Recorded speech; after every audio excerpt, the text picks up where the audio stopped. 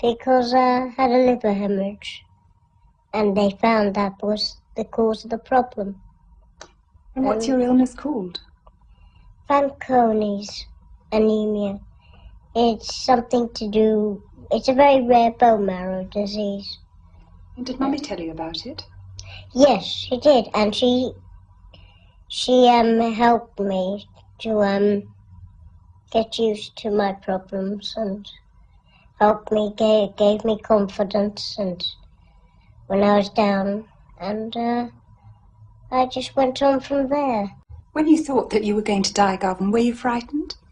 At first I was very frightened, yes, I must admit. It was a very frightening thing. How do you feel about it now? Much better. I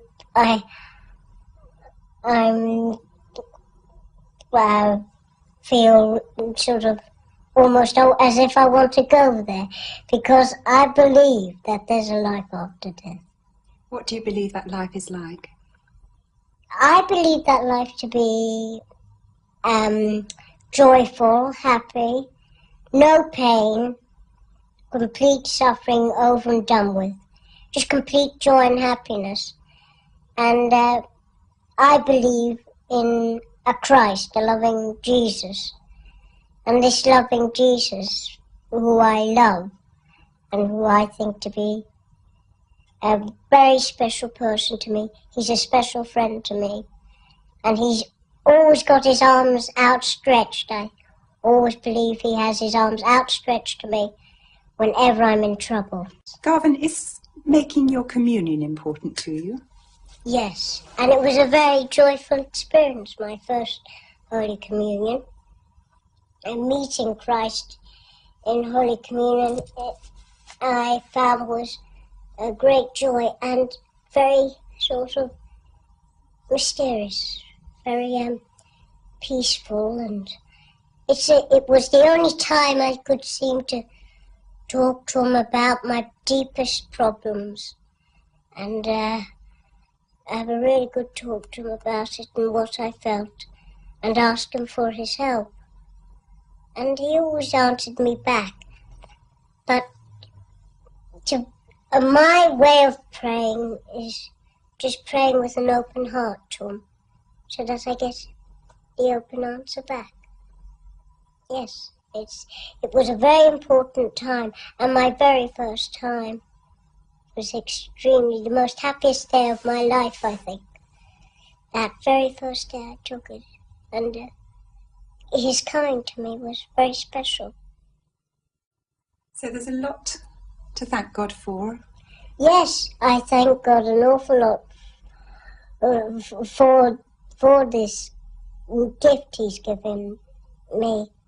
I mean, it's very special because it's actually God and man sitting at table, sharing the banquet, sharing his gift. His gift, his most precious gift, his Son, in the Holy Eucharist. And it is a very special gift. And I always try and get down for that gift.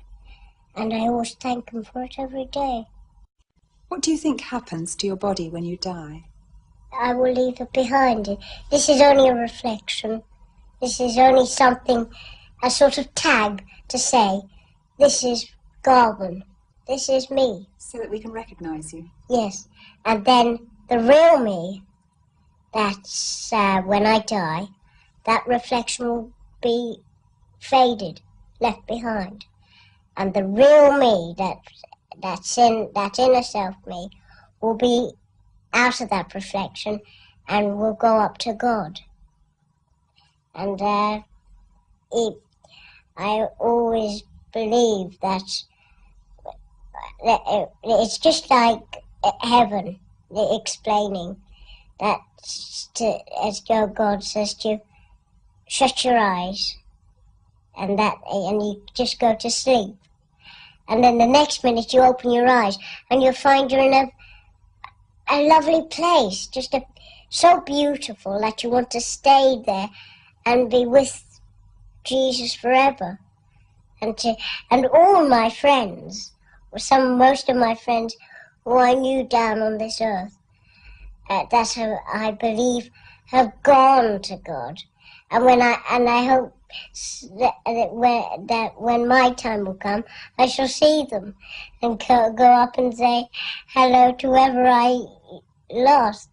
Like I never saw my Grandma Doherty, and I hope to see her in heaven, and my grandpa, and some of my aunties, and my Uncle Christy, who I used to know down here very well, and I'll meet all those people back up there.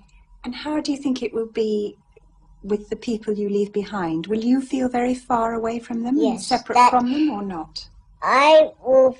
It's very difficult, but I believe that Christ will look after my family, and whatever needs they need, I believe He will provide for them, and I shall always look down on them if I go before them, and I shall always look down on them and always be there.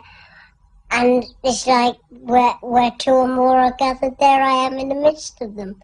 And I will be there in the midst of my family. They might not see me, but I'll be there watching them, looking after them all the time.